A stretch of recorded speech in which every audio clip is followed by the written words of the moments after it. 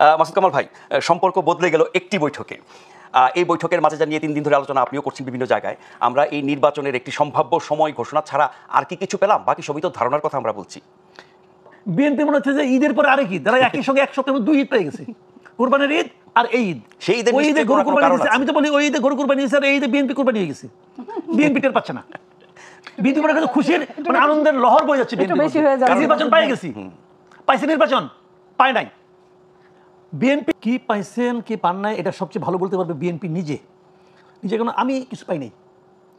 এবং ওইখানেও ওই মানে মিটিংয়ের বৈঠকের পরেও যে যৌথ ঘোষণাটা প্রকাশ করা হয়েছে, সেই ঘোষণায় কিন্তু মাত্র 4-5টা বাক্য ছিল। আলাপ করছে কতক্ষণ? 1.5 ঘন্টা। এবং এই যে 4-5টা বাক্য ছিল, এই 4-5টা বাক্যের মধ্যে কী কী ছিল? যে 1 নম্বর ছিল যে তারেক রহমান সাহেব প্রস্তাব দিয়েছেন ফেব্রুয়ারিতে নির্বাচনের। প্রস্তাবটা কিন্তু তারেক রহমান সাহেব দিয়েছেন বলে ঘোষণাপত্রে উল্লেখ করা হয়েছে। তবে তারেক রহমান সাহেব নিজেই ডিসেম্বর থেকে ফেব্রুয়ারিতে সরে গেলেন। উনি প্রস্তাব দিয়েছেন। আমি আপনাকে পড়ে শোনাই না, সহজ তো, হিসাবটা খুব সহজ না। তাহলে হতেই হবে জায়গা থেকে ওখানে সরে যাওয়া, বিএনপির কম্পালশন কি? আমি বলছি, আপনি দেখেন খলিলুর রহমান সাহেব পড়ে শুনেছে। খলিলুর রহমানকে যারকে বিদায় করার জন্য বিএনপি আন্দোলন করেছে, বিএনপি সরাসরি বলেছে, উচ্চারণ করেছে, প্রেস কনফারেন্সে বলেছে যে এই 3 জন লোককে আমরা চাই না। তার মধ্যে খলিলুর রহমান একজন। আর ইউনূস সাহেব কী করছে? ওই দাবিটা যখন তারা দিচ্ছে 3 জনকে চায় না, তারপর থেকে ইউনূস সাহেব যতবার বিএনপির সঙ্গে বসছে ততবার ওই 3 জনের একজনকে সঙ্গে রাখছে।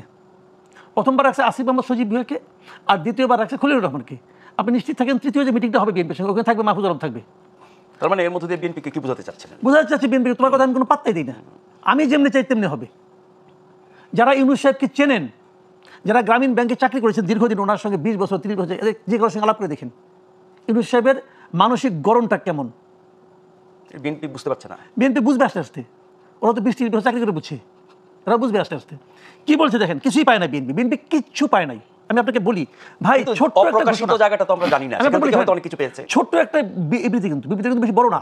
এবং আমি শিওর এটা ড্রাফট করছি খলিলুর রহমান, আমি এখন মোর দেন শিওর। আমি জানি না যদি শিওর হতে পারবো না, কিন্তু আমার কাছে মনে হয় ভাবভঙ্গি দেখে, কারণ এই পুরো বিবৃতিটা হলো ইউনূস সাহেবের পক্ষে যায় বিবৃতিটা। আমি আপনাকে পড়ে শুনে, বেশিক্ষণ লাগবে না ভাইয়া। জি। ডক্টর ইউনূস ওখানে কি বলা, অত্যন্ত সৌহার্দ্যমূলক পরিবেশে অধ্যাপক ইউনূস ও তারেক রহমানের বৈঠক অনুষ্ঠিত হয়। আমি কিন্তু পড়ে শোনাচ্ছি ওখানে কি আছে। তারেক রহমান প্রধান উপদেষ্টার কাছে আগামী বছরের রমজানের আগে নির্বাচন আয়োজনের প্রস্তাব করেন। যারা এখানে ডিসেম্বরের মধ্যে নির্বাচনের জন্য আন্দোলন করছিলেন, যে বিএনপি, তাদের শীর্ষ নেতা নিজে থেকে প্রস্তাব করেছেন। এটা কি উনি এসে প্রস্তাব করেছেন? করেন না, কিন্তু কিছু আলোচনা কিন্তু হয়েছে, আরও হয়তো বার্গেনিংও হয়েছে, কিন্তু ওটা কিন্তু ঘোষণায় নাই। বিবৃতিতে খেলে এইটুকু আছে, বিবৃতি যেটা আছে এটা হলো তারেক রহমান প্রস্তাব করছে, খেয়াল করেন। আচ্ছা, দলের চেয়ারপারসন খালেদা জিয়াও মনে করেন ওই সময় নির্বাচন অনুষ্ঠিত হলে ভালো হয়। প্রধান উপদেষ্টা বলেন, এবার শুনেন, খুব মন দিয়ে শুনেন, প্রধান উপদেষ্টা বলেন তিনি আগামী বছরের এপ্রিলের প্রথমার্ধের মধ্যে নির্বাচন অনুষ্ঠানের ঘোষণা দিয়েছেন। উনি ঘোষণা দিয়েছেন, এটা নিয়ে নতুনকে বলা দরকার কি? আগেরটা কই বিএনপি তো বলে নাই যে বিএনপি যে ডিসেম্বরে নির্বাচন চাই, ওটা তো লেখা নাই এখানে। প্রধান উপদেষ্টা লেখা হয়েছে, উনি বলেছেন এটা। তারপরে কি বলছেন? সব প্রস্তুতি সম্পন্ন করা গেলে, মাথায় রেখে এই শব্দটুকু, সব প্রস্তুতি সম্পন্ন করা গেলে 2026 সালে রমজান শুরু হওয়ার আগের সপ্তাহেও নির্বাচন আয়োজন করা যেতে পারে। মানে সব প্রস্তুতি সম্পন্ন হইলে নির্বাচন হবে তা কিন্তু বলে নাই, হতে পারে, করা যেতে পারে। আবার তারপরে কথা আছে, সেক্ষেত্রে কি সেই সময়ের মধ্যে সংস্কার ও বিচার বিষয়ে পর্যাপ্ত অগ্রগতি অর্জন করা প্রয়োজন হবে। কিন্তু এরা কিন্তু শেষ করে, সেক্ষেত্রে এই দুই ক্ষেত্রে অগ্রগতি কতখানি হওয়াটা প্রয়োজন। কিভাবে করবে, কে করবে, কে প্রয়োজন মিটাবে? আপনি না আমি নাকি তারেক রহমান? সংস্কার ও বিচারের ক্ষেত্রে পর্যাপ্ত অগ্রগতি সম্পন্ন করার দায়িত্ব কি তারেক রহমানের? নিশ্চয়ই না। নাকি আমাদের আপার? তারা তো না, বিএনপিরও না। কার? সরকারের। সরকারের কি আছে? ইউনূস সাহেব আছে। মানে ইউনূস সাহেব যদি এই কাজগুলি করতে পারে, তাহলে রমজানের আগের সপ্তাহেও হতে পারে। ইউনূস সাহেব যদি করতে না পারে, কিন্তু এই পুরো বিবৃতির যে ভাষা, এটা কি যৌথ বিবৃতি নাকি একপাক্ষিক বিবৃতি? এটা যৌথ বিবৃতি। যৌথ বিবৃতি বলা হচ্ছে, কিন্তু কন্টেন্ট কেন? ওই পাশে তো আমির হোসেন মাহমুদ চৌধুরী বসে আছিলেন, উনি বলছেন আমরা সম্পূর্ণ সন্তুষ্ট। হ্যাঁ, এই বিবৃতি পাঠ করার ওই বিবৃতি ওনারা পড়ে ওটাতে একমত হয়েছেন। হ্যাঁ, যৌথ বলতেছে, আমি যৌথ বিবৃতি পড়তেছি, ওরা পরে আমির হোসেন মাহমুদকে জিজ্ঞেস করতে আপনারা সন্তুষ্ট কিনা, ওই আমরা সম্পূর্ণ সন্তুষ্ট। বিবৃতির ভাষা তো মনে হচ্ছে যে এক পক্ষের বক্তব্য। এইটাই তো আমি বলতেছি, এই জন্য আমি বলতেছি ভাই, এই জিনিসটা খলিলুর রহমানের মাথা থেকে বাড়িছে, এবং খলিলুর রহমানকে নেওয়া হয়েছে। হলে তো এরকম বলা হতো, আমরা এই করেছি, আমরা এই করবো, আমরা এতে একমত হয়েছি, বা বৈঠকে একমত হওয়া। এটা আমি বিবৃতি প্রথম আলো থেকে পড়ে শুনলাম। না, এটাই গত কয়েকদিন শুনতে। তাহলে এখন আমার কথা হলো, এটা শোনার পর এই নির্বাচন, আমি একটা কথা বলি, দেখেন আমি আগে থেকেই বলতেছিলাম যে এই সরকারের সবচেয়ে বড় সুবিধা হলো শুরু থেকে এই সরকার বিএনপির মতো একটা দলের সাপোর্ট পেয়েছে। তারপরে আমি এই মন্তব্যটা অনেক জায়গায় করেছি, এই জিনিসটা এই সরকারও বুঝে না, বিএনপিও বুঝে না। অর্থটা কি?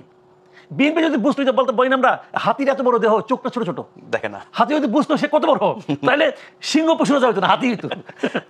হাতি বুঝে না, বিএনপি বুঝতে পারছে না তারা কত বড় দল, জনগণ তাদের সঙ্গে কি পরিমাণ আছে বিএনপি এখন বুঝতে পারছে না। তো না পারার কারণে তারা মনে করতেছে ইউনূস সাহেব যদি নির্বাচন না দেখলে আমাদের কি হবে। তাও তো ইউনূস সাহেব ফেব্রুয়ারিতে রাজি হয়েছে, আনন্দের আর সীমা নাই।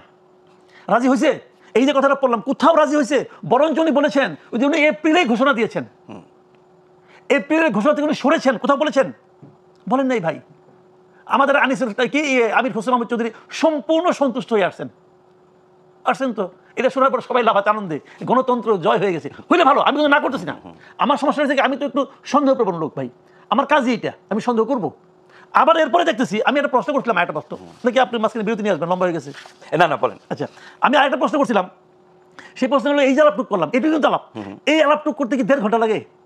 নিশ্চয়ই না, 1.5 ঘন্টা তো লাগে না। তাহলে আর কি আলাপ হয়েছে 1.5 ঘন্টায়? সেগুলো এটা আমি জানতে চাই, আমি কি জানতে চাইতে পারি না? নিশ্চয়ই আমি এটা জানতে চাই। গভর্নমেন্ট বলবে না, ধরলাম ইউনূস সাহেব লোক বলবে না, তো বিএনপি লোক বলুক না। বিএনপি তো জানতে চাচ্ছে না, আমি জানতে চাচ্ছি। বরং যারা বিরোধিতা করছে এনসিপি, জামাত সহ আরো কিছু দল, তারা জানতে চাচ্ছে। আমি তো মনে করি যে বিএনপি আমার মতো সাধারণ পাবলিকের ভোটটা চায় না। আমি তো জানতে চাই। মানে অনেকে এখন যখন আপনি না জানাবেন তখন কি হবে বলি, না জানালে আপনাকেও ধরে ফেলাবো না, আপনি আপনার মতো ক্ষমতায় যাবেন, কোনো সমস্যা নাই। না জানালে কি হয়, গুজব, মানুষের মধ্যে সন্দেহটা জন্ম নেয়।